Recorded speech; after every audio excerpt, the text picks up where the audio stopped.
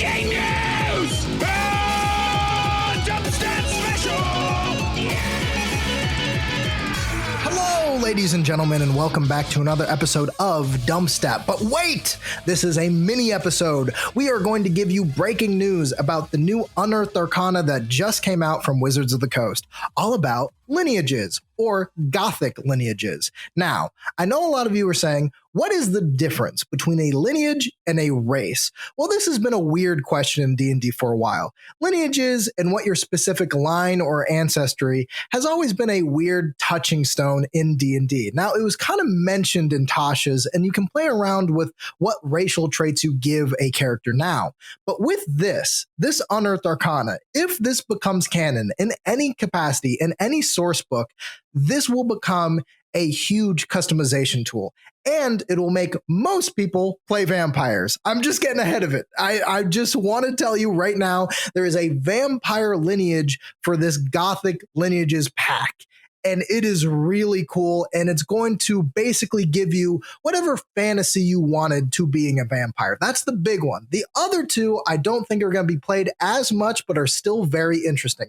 So, what is a lineage? Essentially, a lineage is a specific ancestry that you had. It's not necessarily your race, and your lineage essentially becomes your race in the mechanics of the game. So, if you are a dwarf and you, let's say, I don't know, dated an immortal at one point who happened to be a vampire, and they turn you into a dhampir, which is what it's called in this pack, then you essentially have all the abilities of a weaker vampire, and you are no longer exactly a dwarf.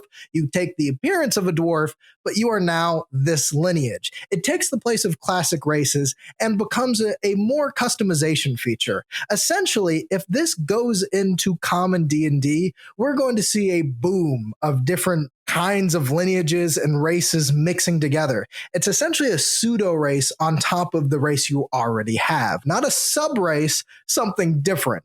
It's wild to think about how this can actually be used and where it will go. So let's start out with the dhampir. I'm not going to go into great detail about it, but there are two things that I really want to mention.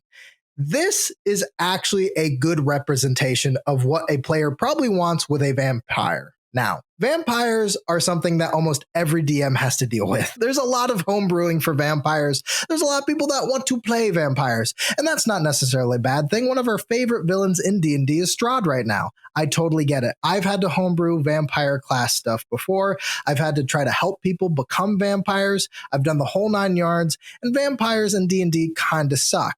But these kind of take the negatives of being a vampire and allow you to essentially do whatever you want with your customized dhampir. So, the dhampir is essentially a vampire of whatever way you want it to be. It has a vicious hunger, and you can choose what the background happened to give you that vicious hunger.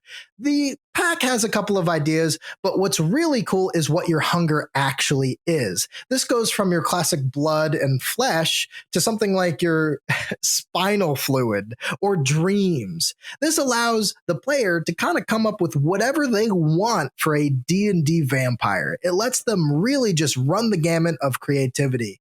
There is no limit for what your hunger is as a vampire. And it also gives you a reason as to what they can do. In the text, it actually says that they work as monster hunters. So this could be a fun new way for certain players to really get into a vampire playing session, and gives a reason as to why they might be adventuring. Because again, I can't imagine a lot of paladins really want to run around with a vampire. That being said, you are also undead and get a vampiric bite, which I am about to get into right now. So the vampiric bite actually works a lot in the same way that you might imagine a vampire's bite would work in D&D.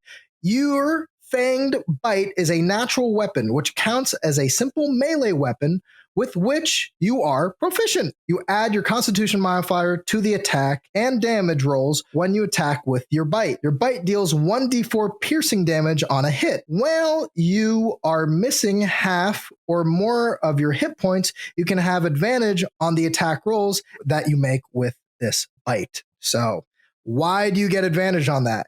Because When you use your bite and hit a creature that isn't a construct or another undead, by the way, you are technically an undead now. That's very exciting. You can empower yourself in one of the following ways of your choice. Regain hit points equal to the damage dealt by the bite, vampire, or gain a bonus to the next ability check or attack roll you make.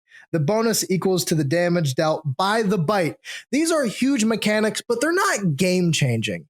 These are an exciting way to introduce a minor vampire concept to the game. And I think most players are going to jump at this in excitement. I don't think this is overpowered. I actually think this is kind of normal. So the next one is a little bit different from the actual vampire. I think the vampire is the big get of this entire pack. It's up front, people know it, and I think it's going to stay around for a long time.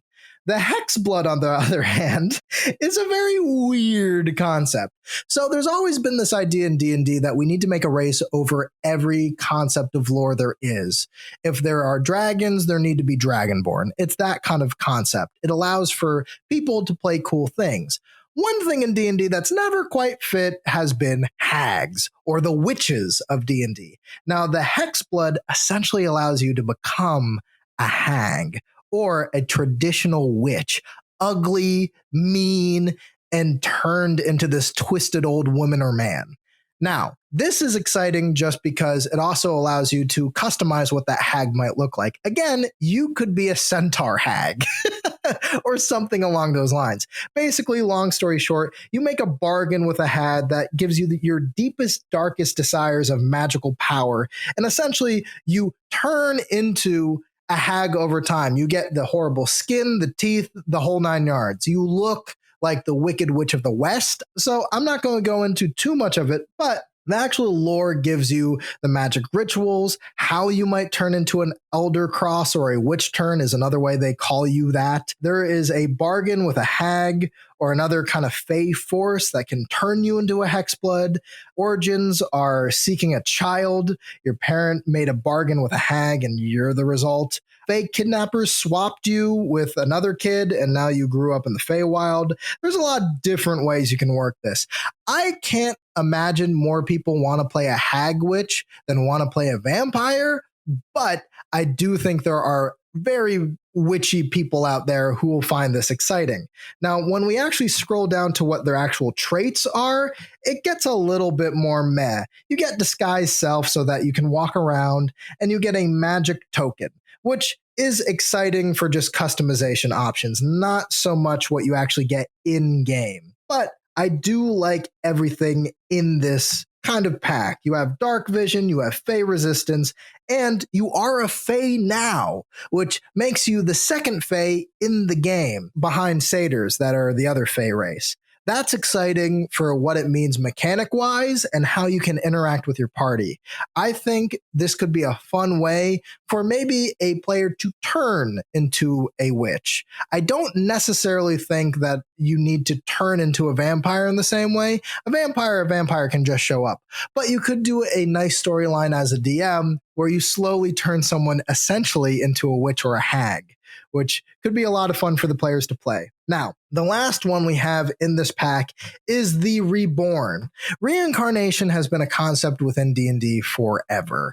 It's been in spells, it's been in mechanics. Coming back from the dead isn't necessarily that big a deal, but if you want to play a Captain Jack Harkness of sorts, who is essentially immortal and keeps coming back, this, strangely enough, is the way to go. It's a lot of fun, especially with things like faded memories, why this happened to you, trying to figure out the mystery, essentially, of your backstory. And the origins they actually list for the table are quite numerous, going from you jump from host body to host body to necromancy was involved to bring you back. And it allows you to essentially be a humanoid that could be a construct or could be an undead or just kind of a person. This one's probably the loosest of the bunch. It doesn't exactly have that, how should I put it, you are a vampire feel. It has a, you're kind of just an immortal guy, which I think people will eventually enjoy. Now, you also have a thing called Deathless Nature, which allows you to help escape your death. You have advantage on saving throws against disease and being poisoned, and you have resistance to poison damage. That's not that big just because resistance to poison damage has kind of been something that a lot of races had as recent D&D. You have advantage on death saving throws. That's big. Everybody wants those. You don't need to eat, drink, or breathe. Yep. And of course, you don't need sleep, and magic can't put you to sleep. So this is also trying to kind of push people more in that construct feel, that you are a reborn creature that was essentially built from pieces like a Frankenstein. That is more the idea of what it does, but I've seen more people on forums basically trying to push the idea that you can essentially, with this model, play an immortal. I like the Frankenstein's monster feel of it. It allows for people to customize that weird monstrous thing and maybe even allow a party to build a member of the party that gains sentience and then eventually gets the player to actually play it.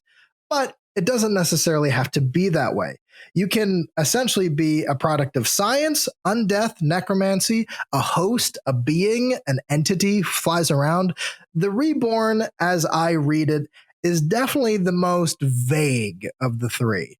And I think that allows for creativity, but it also means I don't know if it's actually going to be published because D&D likes to have specifics, like the Dampaya or the Hexblood. Both of these, I think, are going to be a lot of fun. I can't imagine the Reborn getting too far, but who knows? Maybe people want to be Captain Jack, or maybe people want to be Frankenstein, or maybe people want to be a big robot. Who knows? I like the idea of a Reborn Warforged coming back and coming back. Now, again, the reason why I lean into the Frankenstein's monster aspect, because this is the Gothic Lineage pack. So, lineages, what do you think about them? Comment, let us know. We're over on Facebook, Twitter, Instagram, anywhere you get good podcasts, Spotify, Podbean, wherever. Go wherever you do.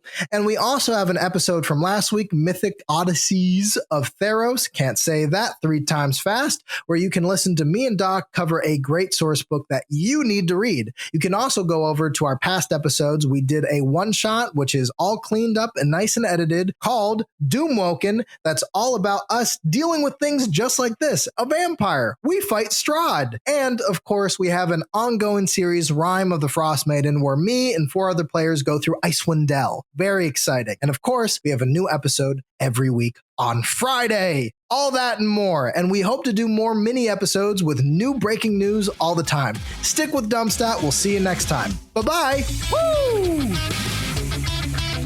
Patreon.com